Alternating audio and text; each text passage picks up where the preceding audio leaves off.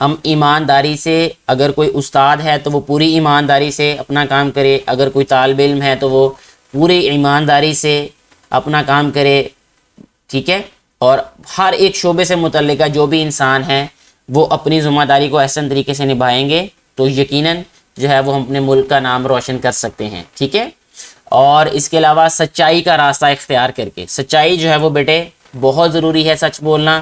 جب ہم سچ بولیں گے تو یقیناً جو ہے اس کے ساتھ، بلکہ میں اس کو مزید ایک فکرے کے ساتھ جو ہے وہ بتانا چاہوں گا اس بات کو کہ ہم دین اسلام کی تعلیمات پر عمل کر کے اپنے وطن کا نام روشن کر سکتے ہیں. کیونکہ میں نے یہ ایک دفعہ یہ دینی کتب میں ہی کہیں پڑھا تھا کہ جو وطن کی محبت ہے وہ ایمان کا حصہ ہوتی ہے، ٹھیک ہے. تو یہ دیکھیں ہمارا دین بھی ہمیں بتاتا ہے کہ وطن کی محبت جو ہے وہ ہمارے لیے بہت ضروری ہے.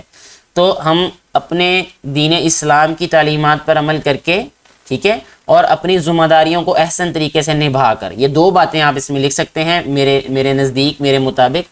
باقی ہر کسی بیٹے اور بیٹی کی، ہر ٹیچر کی، ہر استاد کی اپنی سوچ ہے، آپ اپنے سوچ کے مطابق بھی ضرور نیچے دو باتیں بتائیے گا. لفظوں کا کھیل ہے بیٹے، نیچے دیا گیا حروف کو ترتیب درست کر کے الفاظ بنائیں، لفظوں کے دو ہم آواز الفاظ بھی لکھیں. تو یہ بھی بہت ایک آسان سا سوال ہے بیٹے، جیسا کہ لام پہ دو چشمی ہے واؤ، یہ کیا ہوتا ہے ان میں، یہ پہ دو چشمی ہے اور واؤ لام، یہ بنتا ہے پھول، ٹھیک ہے. اسی طرح پھول سے ملتا جلتا بھول ہے، یہ اس کا نقطہ ہے، یہ ایک بھول اور دھول، یہ ملتے جلتے لفظ ہیں، ان سے ہم آواز الفاظ ہیں. اس کے بعد ہے نون میم چے، ٹھیک ہے، اس میں ہم لکھ چے میم نون، ان کو ملائیں گے تو یہ بن جائے گا چمن، ٹھیک ہے بیٹے. اچھا، اس سے ملتے جلتے جو لفظ ہیں وہ ہم لکھ سکتے ہیں دمن، ٹھیک ہے. دامن یعنی پہاڑوں کے درمیان جو جگہ ہوتی ہے بیٹے اسے دامن کہتے ہیں، ٹھیک ہے. دمن اور وطن، امن بھی کہہ سکتے ہیں ہم، امن، ٹھیک ہے. چمن، امن، دمن، وطن، ادھر لکھ دیتے ہیں امن، وہ بھی میرے ذہن میں آیا تو میں لکھ دیتا ہوں یہ اس کو. جی بیٹا، اس کے بعد ہے جیم نون الف، تو اس سے کیا بنے گا لفظ جان. یہ اس سے ملتے جلتے الفاظ بہت آسان ہے، شان، آن، مان، ٹھیک ہے. آن لکھ دیں، شان لکھ دیں. اچھا، گاف نون رے، تو ہم اس کو لکھ سکتے ہیں نگر، نون گاف رے، ٹھیک ہے. نگر، مگر، اگر، اگر مگر نگر، اگر. اچھا جی، اس کے بعد ہے رے الف پے چھوٹی یہ الف، تو اس کا جو لفظ بنے گا بیٹے وہ ہے پیارا، ٹھیک ہے. اچھا، پیارا، ستارہ، ٹھیک ہے، اور ہمارا، یہ الفاظ ہم نئے بنا سکتے ہیں، ٹھیک ہے بیٹے. یہ ہمارا سوال ایسے مکمل ہو جاتا ہے. آگے جو ہے وہ ہمارے پاس جو حصہ ہے وہ ہے قواعد کا، ٹھیک ہے، یعنی گرامر کا حصہ ہے. کوسین کے بارے میں بتایا گیا ہے ہمیں، ٹھیک ہے. دیے ہوئے جملے غور سے پڑھیں. ڈاکٹر کاشف خورشید صاحب اردو کے استاد، یہ کوسین میں جو لکھا ہوا ہے اس کو، ٹھیک ہے، بریکٹ میں، کو میں نے آج گاؤں میں دیکھا. ڈاکٹر رابعہ صاحبہ دانتوں کی مشہور ڈاکٹر، یعنی ڈاکٹر رابعہ صاحبہ جو ہے ان کا جو مختصر سا تعارف یہ کوسین میں لکھا گیا ہے، سے میں نے علاج کے لیے رجوع کیا. اوپر دیے ہوئے جملوں میں کچھ الفاظ کوسین یعنی بریکٹ میں دیے گئے ہیں. کوسین کوس کی جمع ہے، کوس کے معنی ہے کمان. کوسین میں دیے گئے الفاظ کسی امر کہتے ہیں حکم یا کام کہہ لیں آپ، کسی امر کی وضاحت کے لیے دیے جاتے ہیں جو اصل عبارت کا لازمی حصہ نہیں ہوتے. انہیں جملہ معترضہ کہتے ہیں، ٹھیک ہے، جملہ معترضہ کہتے ہیں اس کو. جملہ معترضہ کی علامت یہ ہے، یہ جملہ معترضہ کو عام عبارت سے الگ کرنے کے لیے استعمال کی جاتی ہے، ٹھیک ہے. معترض اعتراض سے ہے. درج ذیل جملوں میں مناسب جگہ پر کوسین لگائیں، ٹھیک ہے. احمد علی ایک نامور شاعر، ایسے ہم یہاں پہ لکھ سکتے ہیں، آج ہمارے اسکول تشریف لائے، ٹھیک ہے بیٹے. اچھا، اس کے بعد ہے ہم نے وادی مری پہاڑوں کی ملکہ. اب وادی مری کو کہا جاتا ہے پہاڑوں کی ملکہ، ٹھیک ہے بیٹے، کی سیر کی، ٹھیک ہے. اچھا جی، اس کے بعد اگلا جو جملہ ہے وہ ہے شہریار احمد اور دانیال احمد دو ذہین طالب علموں نے، احمد یہاں ہم لکھ دیتے ہیں دو ذہین طالب علموں، اس طرح ٹھیک ہے، احمد نے امتحانات میں نمایاں پوزیشن حاصل کی۔ باقی فقرہ بھی پڑھتے ہوئے ہمیں یہ نہیں محسوس ہونا چاہیے کہ وہ نامکمل ہے یا اس میں کوئی کمی ہے، ٹھیک ہے۔ نسیم حجازی اصل نام محمد شریف، یہاں لکھیں گے ہم اس طرح، اصل نام محمد شریف، اردو کے معروف ناول نگار ہیں نسیم حجازی۔ یہ سفر نامے ان کے بڑے مشہور ہوتے ہیں، یہ ہم نے بھی 9ویں 10ویں جماعت میں ان کے اسباق جو ہیں وہ پڑھے ہوئے ہیں، ان کا سفر نامہ۔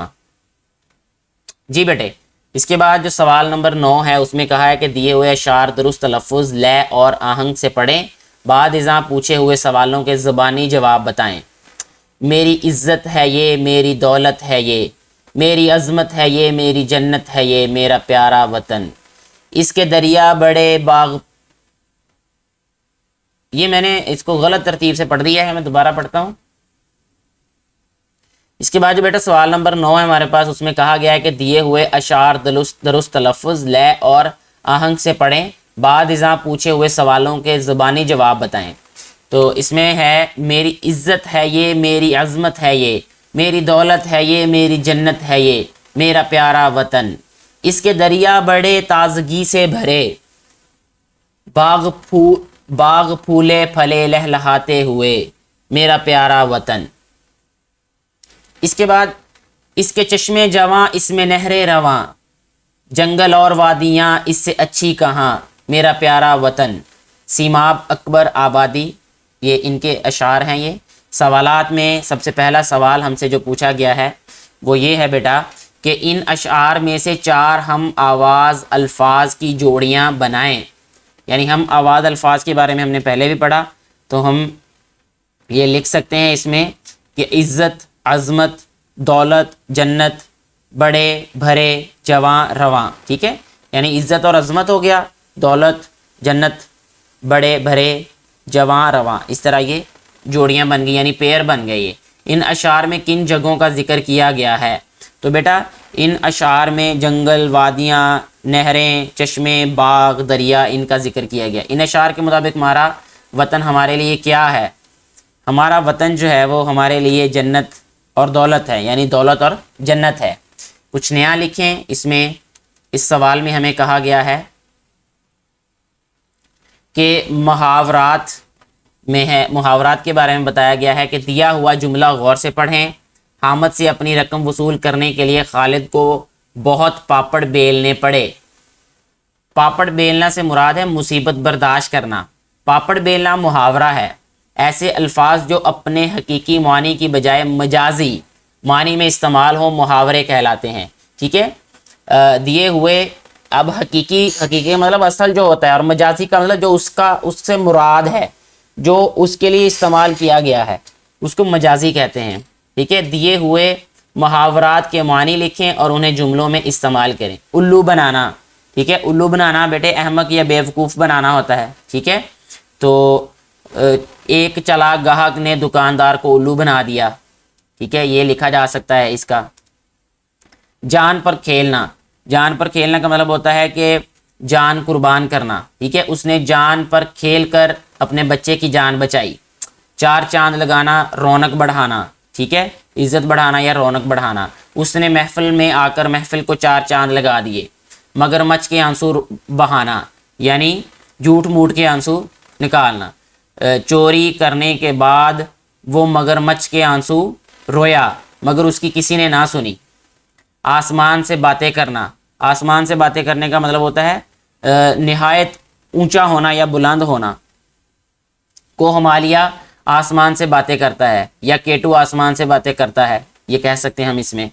اس کے بعد ہے سوال نمبر 11، اس میں ہے کہ مثال کے مطابق دیے ہوئے ہندسوں کو عددی ترتیب میں بدلیں اور خالی جگہوں پر لکھیں۔ احمد دوڑ میں پہلے نمبر پر آیا، ٹھیک ہے۔ اب جماعت میں کرسی پر نوید بیٹھتا ہے، تیسری، کیا آئے گا یہ؟ تیسری، یہاں ہم لکھ دیتے ہیں یہ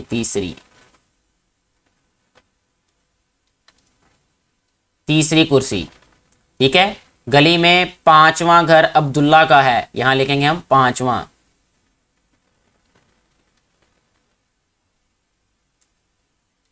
ہفتے کے ڈیش روز اسکول سے چھٹی تھی، 7ویں.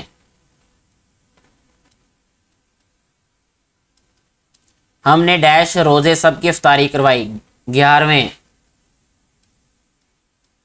11ویں. ٹھیک ہے.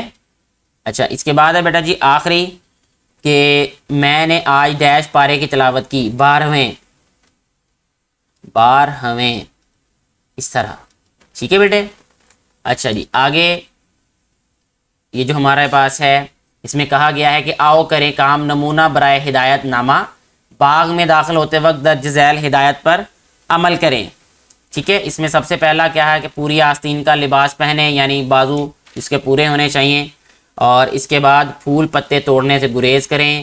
باغ میں جانور ہرگز نہ جائیں، جانور نہ لے کر جائیں. اور باغ میں کوڑا کرکٹ اور گندگی نہ پھیلائیں. تو یہ ہدایت نامہ تھا. اسی طرح کا کہتے ہیں کہ ہدایت نامہ آپ نے لائبریری میں بیٹھنے کے لیے بنانا ہے جس کے 5 نکات ہوں. تو ہم لکھ سکتے ہیں کہ لائبریری میں بیٹھتے ہوئے تمام طلبہ اپنی لائبریری کارڈ اپنے پاس رکھیں. ٹھیک ہے. اور خاموشی کو ملحوظ خاطر رکھیں، اور جس جگہ سے کتابیں اٹھائیں وہیں پر واپس رکھیں. ٹھیک ہے. اور کتابوں کو حفاظت کے ساتھ رکھیں، اس پر پینسل وغیرہ کا استعمال نہ کریں. اور ہم لکھ سکتے ہیں کہ ان کے اوراق کی حفاظت کریں، ان کو گیلے ہاتھ نہ لگائیں، یا ان کو جو ہے وہ صاف ستھرے ہاتھ سے ہی جو ہے وہ چھوئیں. اور اس کے علاوہ لکھ سکتے ہیں کہ آپ صفائی ستھرائی کا خیال رکھیں. نمونہ برائے دعوت نامہ، ایک دعوت نامہ آپ نے دینا ہے کسی کو، جیسے شادیوں وغیرہ پہ ہم دعوت نامہ دیتے ہیں، تو اسی طرح آپ کسی بھی جو ہے وہ پروگرام پر کسی کو دعوت دے سکتے ہیں. تو اس میں سب سے پہلے کیا لکھنا ہوتا ہے؟ عزیز دوست شہریار احمد، یعنی جس کو ہم لکھ رہے ہیں، جس کو دعوت دے رہے ہیں، اس کا نام لکھنا ہوتا ہے. ٹھیک ہے. یہ تو ایک نمونہ دیا ہے نا، آپ اس سے ملتا جلتا جو ہے وہ دعوت نامہ خود بھی ضرور لکھیے گا مختلف جو ہے وہ پروگراموں کے لیے. تو پہلے نمبر پہ یہاں جو ہمیں بتایا گیا ہے کہ عزیز دوست شہریار احمد، یا آپ کا جو بھی دوست جس کو لکھنا ہے اس کا نام لکھیں. پھر لکھیں السلام علیکم. ٹھیک ہے. پھر لکھیں میری سالگرہ کی تقریب بروز جمعہ.